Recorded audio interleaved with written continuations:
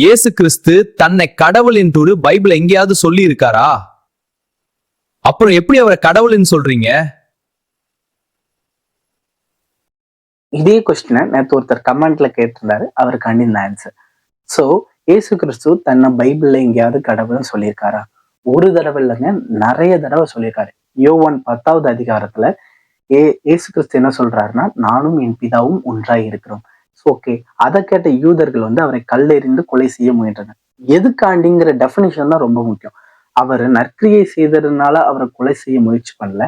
அவர் தன்னை கடவுள்னு சொன்னதுனால, கடவுளுக்கு ஈக்குவலா தன்னை போர்ட்ரேட் பண்ணனால அவரை கல்லெடுத்து கொலை செய்ய முயற்சி செய்தனர். ஸோ இதுல தெளிவா தெரியுது என்னன்னா, ஜீசஸ் தன்னை கடவுள் தான் சொல்றாரு.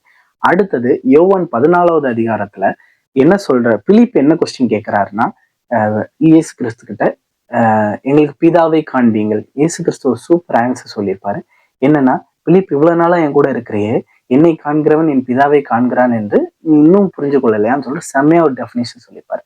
அதுக்கப்புறம் நான் வந்து சொன்னல, காட் ஓன்லி அக்செப்ட் வர்ஷிப். அதுக்கு வந்து வெளிப்படுத்தல் சுவிசேஷம் 22வது அதிகாரத்துல சாப்டர் ரீட் பண்ணிட்டு வந்தீங்கன்னா, தேவனுடைய சிங்காசனம் இருக்கும். அதுல ஆட்டுக்குட்டியானவர் இருப்பார். எல்லாருமே அவரை வர்ஷிப் பண்ணுவாங்க. அவரோட சர்வன்ஸ் எல்லாருமே அவர் வர்ஷிப் பண்ணுவாங்க.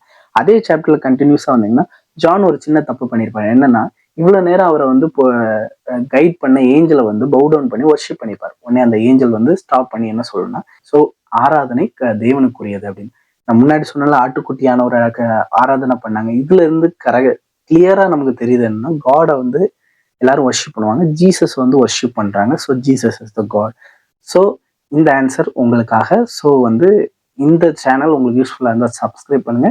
ஏதாவது கொஸ்டின்ஸ் இருந்தால் கூட கமெண்ட்ல பின் பண்ணுங்க. நம்ம அதுக்காண்டி ரீசனிங் பார்ப்போம். சப்ஸ்கிரைப் பண்ணுங்க. Thank you so much.